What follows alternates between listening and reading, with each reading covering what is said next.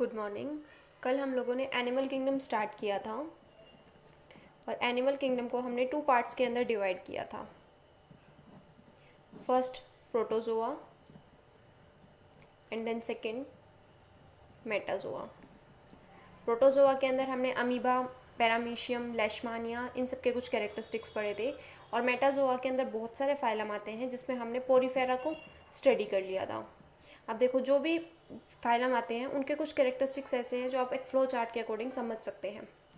देखो, एनिमल्स जितने भी होते हैं सारे के सारे कैसे होते हैं, मल्टी सेलुलर, यानी कि बहुत सारी सेल्स होती हैं। ठीक है, अब वो सेल जो है वो एक ही सेल के अंदर है या फिर बहुत सारी सेल्स का ऑर्गेनाइजेशन बना हुआ है, इस बेसिस के ऊपर ऑर्गेनिजम्स को 2 पार्ट्स के अंदर डिवाइड किया गया। ठीक है, यानी कि लेवल ऑफ ऑर्गेनाइजेशन बनाया गया वहाँ पर। लेवल ऑफ ऑर्गेनाइजेशन का मतलब क्या कि ऑर्गेनिज्म के अंदर सिर्फ सेल्स प्रेजेंट है, सेल्स ने ग्रुपिंग करके टिश्यू नहीं बनाई है, तब उसको क्या बोलेंगे हम, सेलुलर लेवल ऑफ ऑर्गेनाइजेशन है। या फिर सेल्स ने ग्रुपिंग करके टिश्यू बना ली है, ऑर्गन्स बना लिए हैं, या फिर ऑर्गन सिस्टम बना लिए हैं। ठीक है, तो 2 पार्ट्स के अंदर ऑर्गेनिजम्स को हमने डिवाइड कर दिया लेवल ऑफ ऑर्गेनाइजेशन के बेसिस के ऊपर। ठीक है, सेलुलर लेवल ऑफ ऑर्गेनाइजेशन जिन ऑर्गेनिजम्स के अंदर होती है वो कौन से होते हैं, पोरीफेरेंस होते हैं। ठीक है, वो कौन से ऑर्गेनिजम्स होते हैं, पोरीफेरेंस। जो हमने पोरीफेरा फाइलम पढ़ा था उसके पोरीफेरेंस। जो पोरीफेरा फाइलम हमने पढ़ा था उसमें स्पंजेस पढ़े थे, स्पंजेस के अंदर कोई भी सिमेट्री नहीं थी। तो यहाँ पर कैसे सिमेट्री देखने को मिलेगी हमें, एसिमेट्रिकल ये ऑर्गेनिज्म होंगे। ठीक है, अब देखो सिमेट्री क्या होती है, समानता। ठीक है, किसी भी ऑर्गेनिज्म को जब किसी भी प्लेन से हम कट करवा रहे हैं तो वो इक्वल हाफ्स देता है या अनइक्वल हाफ्स देता है। जैसे कि अगर ये स्पंजेस है हमारा कोई, तो इसको हम किसी भी पार्ट से डिवाइड कर ले, किसी भी प्लेन से, लेकिन ये कभी भी सिमेट्रिकल पार्ट्स नहीं देगा। ठीक है, लेकिन अगर हम ह्यूमन बींग्स को ऊपर से हेड से लेकर नीचे टो तक कट करें तो हमें 2 इक्वल पार्ट्स मिल जाते हैं। तो यानी कि जो ह्यूमन बींग्स है वो सिमेट्रिकल ऑर्गेनिजम्स हैं। ठीक है, देखो सिमेट्री कैसी हो गई है, एसिमेट्री हो गई है। जो टिश्यू, ऑर्गन और organ system level of organisation वाले एनिमल्स होते हैं उनके अंदर 2 टाइप की सिमेट्री देखने को मिलती है हमें, एक रेडियल और एक बायलैटरल। रेडियल सिमेट्री कैसी होती है, जैसे कि कोई भी ऑर्गेनिज्म है, हाइड्रा है, ठीक है, इसको हमने कट किया है किसी भी प्लेन से, ऊपर से नीचे कट करवा रहे हैं किसी भी प्लेन से। ठीक है, तब वो हमें 2 इक्वल पार्ट्स देगी एनी प्लेन से कट करवाने पर, तो उस टाइप की सिमेट्री को हम बोलेंगे रेडियल सिमेट्री। ठीक है, और बायलैटरल सिमेट्री क्या, सिर्फ सिंगल एक सिमेट्री होगी, मतलब सिंगल प्लेन से अगर हम कट करेंगे तब हमें 2 इक्वल हाफ्स मिलेंगे। ठीक है, जो कि एक दूसरे की मिरर इमेज होंगे, तो उस टाइप की सिमेट्री को हम बोलते हैं बायलैटरल सिमेट्री। बाय का मतलब 2 और लेटरल मतलब साइड्स, 2 इक्वल साइड्स हमें देखने को मिलेंगी। ठीक है, अब देखो यहाँ पर कल हमने पोरीफेरेंस के अंदर पढ़ा था कि एक कैविटी मिलती है जिसको हम स्पॉन्जोसील कैविटी बोलते हैं। ठीक है, ये स्पंज की बॉडी के अंदर जो कैविटी होती है ये कैविटी, इसको हमने स्पॉन्जोसील बोला। ठीक, यहाँ पर कोई भी डाइजेस्टिव सिस्टम नहीं था, वाटर एंटर कर रहा था, उस वाटर के थ्रू ही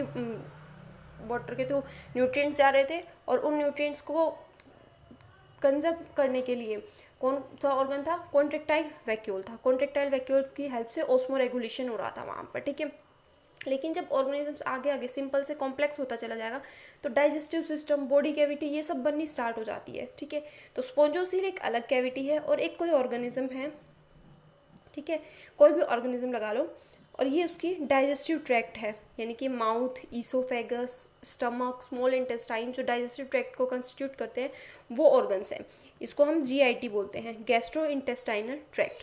तो जो हमारी जीआईटी है और हमारी आउटर बॉडी वॉल है उसके बीच का जो स्पेस होता है उसको हम बोलते हैं बॉडी कैविटी या फिर सीलोम। क्या बोलते हैं, सीलोम। ठीक है, सील वर्ड से जो मतलब होता है वो क्या होता है, कैविटी से होता है, तो इसको हम सीलोम बोलते हैं। अब कुछ ऑर्गेनिजम्स के अंदर ये सीलोम प्रेजेंट होता है और कुछ ऑर्गेनिजम्स के अंदर एब्सेंट होगा, या फिर किसी के अंदर प्रेजेंट होगा लेकिन वो फॉल्स टाइप का होगा। ठीक है, जैसे फॉल्स फिट थे सूडोपोडिया, उसी तरीके से ये फॉल्स टाइप की कैविटी भी प्रेजेंट होती है। तो हमने बायलैटरल ऑर्गेनिजम्स को 3 पार्ट्स के अंदर डिवाइड कर दिया सीलोम के बेसिस के ऊपर। ठीक है, फर्स्ट जिनके अंदर सीलोम एब्सेंट है विदाउट बॉडी कैविटी या फिर coelom absent. Second, coelom present है लेकिन फॉल्स है तो स्यूडोसीलोमेट। जिनके अंदर कैविटी नहीं होती है उसको हम एसीलोमेट बोलते हैं, और जिनके अंदर कैविटी प्रेजेंट होगी, ट्रू कैविटी, उसको हम बोलेंगे सीलोमेट। ठीक है, अब इन ऑर्गेनिजम्स को कौन कौन से फाइलम के अंदर रखा गया है, देखो जिनके अंदर सिलोम नहीं होता है, बॉडी कैविटी एब्सेंट होती है, प्लेटीहेलमिन्थस, ठीक है, प्लेटीहेलमिन्थस आते हैं। स्यूडोसिलोमेट के अंदर एसके हेलमिन्थस वाला फाइलम आता है, एसके हेलमिन्थस या निमेटेहेलमिन्थस। सिलोमेट के अंदर हमारे पास बहुत सारे फाइलम्स आते हैं, एनिलिडा से लेकर अप टू कॉर्डेट्स जितने भी होते हैं सब किस में आते हैं, सिलोमेट के अंदर। Annelida, arthropods, Mollusca, Echinodermata, Hemichordata and then कोडेटा, ये सब किसके अंदर आते हैं, बायलेटरल सिमेट्री होगी इन ऑर्गेनिजम्स की और सिलोमेट टाइप के होंगे ये, ठीक है। अगर आपसे पूछा जाए बायलेटरल स्यूडोसिलोमेट कौन है, तो एसके हेलमिन्थस। बायलेटरल और एसिलोमेट कौन है, प्लेटीहेलमिन्थस, ठीक है। अब जो रेडियल सिमेट्री के ऑर्गेनिजम्स थे उनके अंदर भी दो फाइलम आते हैं हमारे पास, एक Coelenterata and then second Ctenophora. C word यहाँ पर साइलेंट है, ठीक है। अब देखो पहले क्या था, सीलेंट्रेटा और टीनोफोर्स को एक ही साथ रखा गया था, ग्रुपिंग की गई थी, उनको एक ही ग्रुप के अंदर रखा गया था। लेकिन बाद में सीलेंट्रेटा और टीनोफोर्स दोनों को अलग अलग सेपरेट फाइलम के अंदर रख दिया गया था। अब देखो कौन कौन से कैरेक्टर्स हम पढ़ेंगे।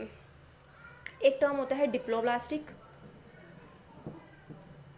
और एक टर्म होता है ट्रिप्लोब्लास्टिक। कल हमने देखा था कि पोरीफेरेंस जो थे वो डिप्लोब्लास्टिक टाइप के थे। डिप्लोब्लास्टिक का मतलब जब जायगोट होता है और जायगोट एम्ब्रियो के अंदर कन्वर्ट होता है, ठीक है, ब्लास्टुला बनता है। एक ब्लास्टुला स्टेज होती है बेबी के डेवलपमेंट के अंदर, उस स्टेज के अंदर जर्म लेयर्स की फॉर्मेशन होती है और इन्हीं जर्म लेयर्स से बाद में जितने भी ऑर्गन्स होते हैं बॉडी की उनकी फॉर्मेशन होती है। तो ये जर्म लेयर ह्यूमन बींग्स के अंदर तीन टाइप की होती है, एक्टोडर्म, मीजोडर्म एंड एंडोडर्म।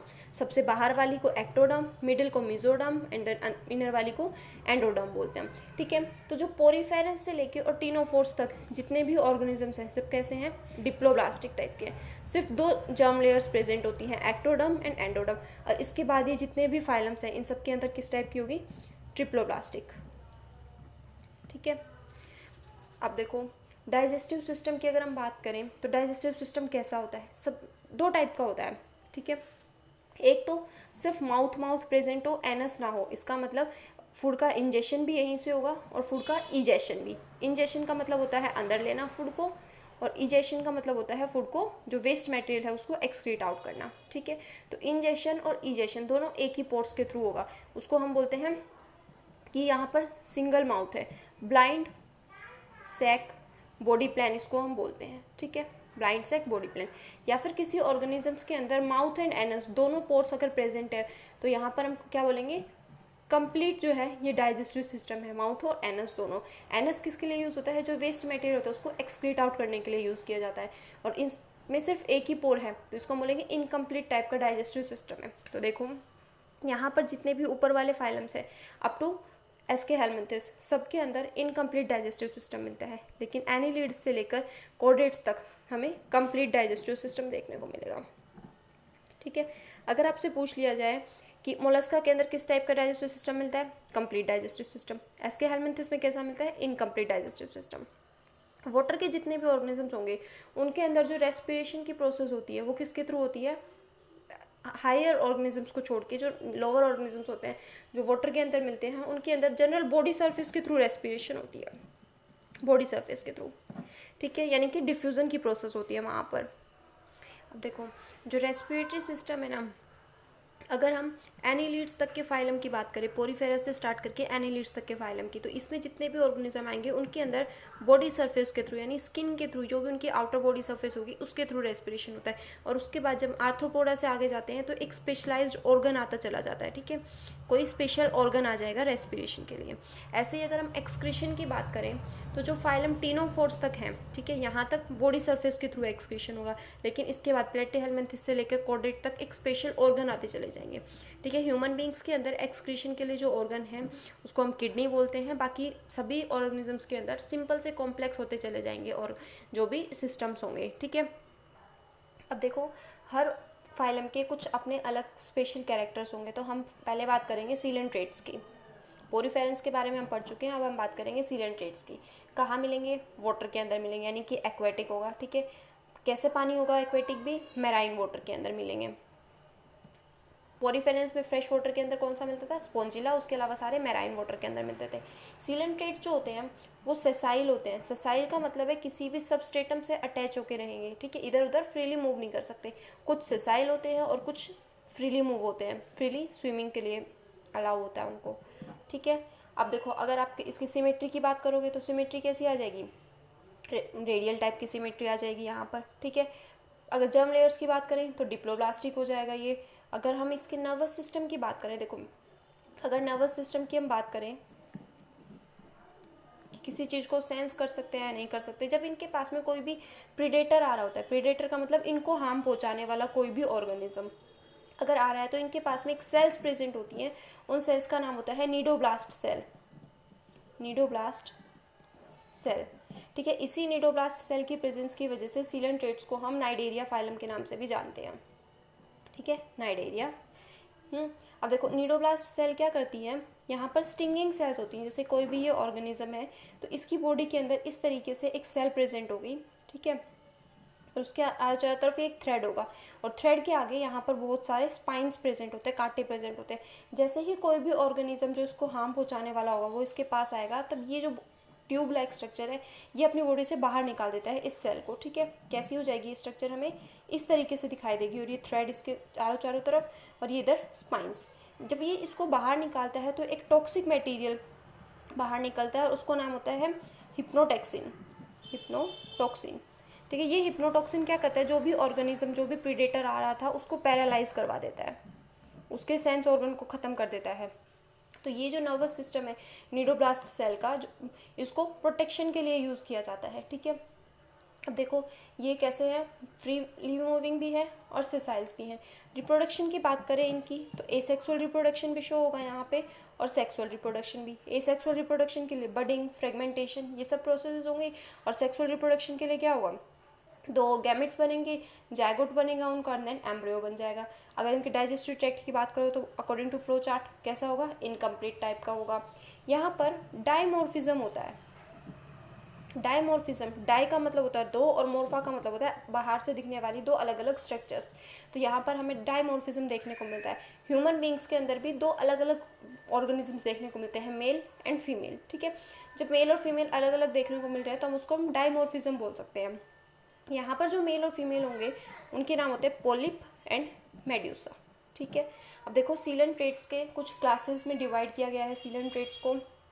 जैसे कि पोरिफेरेंस को क्लासेस में डिवाइड किया गया था, कैलकेरिया, हेक्सैक्टिनिलिडा, डेमोस्पेंजिया। इसी तरीके से सीलेंट्रेट्स की भी 3 क्लासेस बनाई गई हैं, Hydrozoa, Scyphozoa and then Anthozoa. ये 3 क्या है, अलग अलग क्लासेस बनाई गई हैं। इन क्लासेस को हम कुछ कैरेक्टरिस्टिक्स के बेसिस के ऊपर डिवाइड करते हैं ऑर्गेनिजम्स को। जैसे साइंस के अंदर मेडिकल सिर्फ मैथ्स और बायो के बेसिस के ऊपर डिवाइड किया हुआ है, इसी तरीके से जो ऑर्गेनिजम्स होते हैं उनके कुछ कैरेक्टरिस्टिक्स के बेसिस पर इनको हम अलग अलग क्लासेस के अंदर डिवाइड कर देते हैं। हाइड्रोजोआ का एग्जाम्पल हाइड्रा, ओबेलिया, स्काइफोजोआ का ओरेलिया, ये ओबेलिया है, ये ओरेलिया है, ठीक है। एंथोजोआ का एग्जाम्पल गोर्गोनिया। इनके कुछ साइंटिफिक नेम होते हैं, हर ऑर्गेनिज्म का कुछ साइंटिफिक नेम होगा। जैसे कि गोर्गोनिया का जो साइंटिफिक नेम होता है सी फैन, ठीक है। यहाँ पर एक होता है मीनरेना, ये क्या होता है, ब्रेन कोरल हम इसको बोलते हैं, क्योंकि इसकी वजह से जो भी ऑर्गेनिज्म है हार्म करने वाला, उस ऑर्गेनिज्म का जो ब्रेन है वो डेड हो जाता है, ठीक है। जब उसको हिप्नोटॉक्सिन दिया जाएगा तो ब्रेन डेड हो जाता है वो ऑर्गेनिज्म मीनरेना की वजह से। इसको हम क्या बोलते हैं, ब्रेन कोरल बोलते हैं। ये थे कुछ फाइलम सीलेंट्रेट्स के एग्जाम्पल और उनके साइंटिफिक नेम और कुछ कैरेक्टरिस्टिक्स। नेक्स्ट फाइलम जो हमारे पास आता है टीनोफोरा। आपकी बुक के अंदर एक ही दिया हुआ, लेकिन जो टीनोफोरा फाइलम है वो अलग होता है, दूसरा फाइलम होता है, ठीक है। इसको हम क्या बोलते हैं, कॉमनली टीनोफोर्स का दूसरा नाम होता है सी वॉलनट, या फिर हम इनको कॉम्ब जेलीज बोल सकते हैं। देखो कैरेक्टरिस्टिक्स जो होंगी ऑलमोस्ट जो होंगी सीलेंट्रेट्स के सिमिलर होंगी। कॉम्ब जेलीज क्यों बोलते हैं इनको, क्योंकि ये जैसे कोई भी ऑर्गेनिज्म है तो इसके पास में यहाँ पर इस तरीके से कुछ प्लेट्स रहती हैं जिनको हम कॉम्ब प्लेट्स बोलते हैं। इन्हीं कॉम्ब प्लेट्स की वजह से इनको हम क्या बोलते हैं, कॉम्ब जेलीज बोलते हैं। देखो अब सिमेट्री की बात करोगे तो अकॉर्डिंग टू फ्लो चार्ट कैसी हो जाएगी, रेडियल सिमेट्री हो जाएगी, डिप्लोब्लास्टिक हो जाएगा, मैराइन वाटर के अंदर मिलेगा ये, ठीक है। इसकी एक स्पेशल कैरेक्टरिस्टिक्स होती है बायोल्यूमिनेसेंस। बायोल्यूमिनेसेंस, बायो का मतलब होता है लिविंग और ल्यूमिनेसेंस मतलब लाइट प्रोड्यूस करने वाला। तो ऐसा कोई भी लिविंग ऑर्गेनिज्म जो लाइट प्रोड्यूस करवाता है तो उसकी उस कैरेक्टरिस्टिक्स को हम क्या बोलते हैं, बायोल्यूमिनेसेंस बोलते हैं, ठीक है। एग्जाम्पल जो होगा टीनोफोर्स का, टीनोप्लेना, ठीक है। नेक्स्ट फाइलम हमारे पास में आएगा फाइलम प्लेटीहेल्मिन्थस। देखो प्लेटीहेल्मिन्थस, हेल्मिन्थस का मतलब होता है वॉर्म्स, ठीक है। जब हम नेक्स्ट फाइलम देखेंगे जिसका नाम है एस्के हेल्मिन्थस, इसमें भी जो हेल्मिन्थस वर्ड है उसका नाम है वोम, लेकिन डिफरेंस क्या है दोनों में, यहाँ पर हमें फ्लैट टाइप के वोम देखने को मिलेंगे, जबकि यहाँ पे हमें एस्के हेल्मिन्थस में राउंड वोम्स देखने को मिलेंगे, ठीक है। तो अगर आपसे सीधा सा एग्जाम्पल पूछ लिया जाए तो फ्लैट वोम का एग्जाम्पल है टेप वोम। टेप वोम क्यों, क्योंकि ये टेप के जैसा दिखाई देता है, इस तरीके से यहाँ पर टेप होती है, जैसे हमारी व्हाइट कलर की टेप होती है वैसा ही ये ऑर्गेनिज्म होता है टेप वोम, जिसका साइंटिफिक नेम होता है टीनिया सोलियम, ठीक है। और जबकि एस्के हेल्मिन्थस के अंदर जो भी ऑर्गेनिज्म, जो भी वॉर्म्स हमें देखने को मिलेंगे, इनकी जो बॉडी होगी वो लास्ट जो इनका पॉइंटेड एंड होगा वो कैसा होगा, राउंड फॉर्म में होता है, इसलिए हम इसको क्या बोलते हैं, राउंड वॉर्म्स बोलते हैं। अब देखो कैरेक्टरिस्टिक्स की बात करोगे तो कैसा हो जाएगा ये, यहाँ पर सिमेट्री होगी हमारे पास कौन सी, radial symmetry, sorry bilateral symmetry यहाँ देखने को मिलेंगी, यानी कि राइट एंड लेफ्ट जो हाफ्स होंगे वो इक्वल हमें देखने को मिलेंगे, ठीक है। जर्म लेयर्स की बात करो तो ट्रिप्लोब्लास्टिक होंगे, सीलोम की बात करो तो एसिलोमेट होंगे, फ्लैट एंड हम इसको बोल रहे हैं, फ्लैट वॉर्म्स बोल रहे हैं, तो इनकी जो बॉडी होगी वो डोर्सो वेंट्रली फ्लैट होगी। कैसे, डोर्सो वेंट्रली, दो पोर्शन होते हैं, ठीक है। जैसे हमारा बैक पोर्शन जो होता है उसको हम डोर्सल साइड बोलते हैं और जो हमारा फ्रंट पोर्शन होता है उसको हम वेंट्रल साइड बोलते हैं, ठीक है। तो जो प्लेटीहेल्मिन्थस होंगे इनकी जो बॉडी होगी वो फ्लैट होगी, जिस तरीके से ये पेज है इसी तरीके से फ्लैट टाइप की इनकी बॉडी हमें देखने को मिलती है, ठीक है। देखो डाइजेस्टिव सिस्टम की बात करोगे तो अभी तक डाइजेस्टिव सिस्टम कैसा है, इनकम्प्लीट टाइप का है, कोई भी लोकोमोटरी ऑर्गन्स नहीं है। अभी तक जितने भी हमने फाइलम्स पढ़े हैं इनमें से किसी के पास में भी लोकोमोशन के लिए कोई ऑर्गन नहीं है, ठीक है। अब देखो एक्सक्रीशन के लिए मैंने क्या बोला, जब टीनोफोर्स तक है वहाँ तक बॉडी सरफेस के थ्रू होगा। अब प्लेटीहेल्मिन्थस से एक्सक्रीशन के लिए कुछ सेल्स आनी स्टार्ट हो जाएंगे, ठीक है। एक्सक्रीशन के लिए यहाँ पे जो सेल्स होती हैं उनका नाम होता है फ्लेम सेल्स, ठीक है। ये फ्लेम सेल्स क्या करती हैं, एक्सक्रीशन भी करवाती है, साथ साथ ओस्मो रेगुलेशन भी करती है, आयंस की जो कंसंट्रेशन होती है उसको मेंटेन करके काम करती है।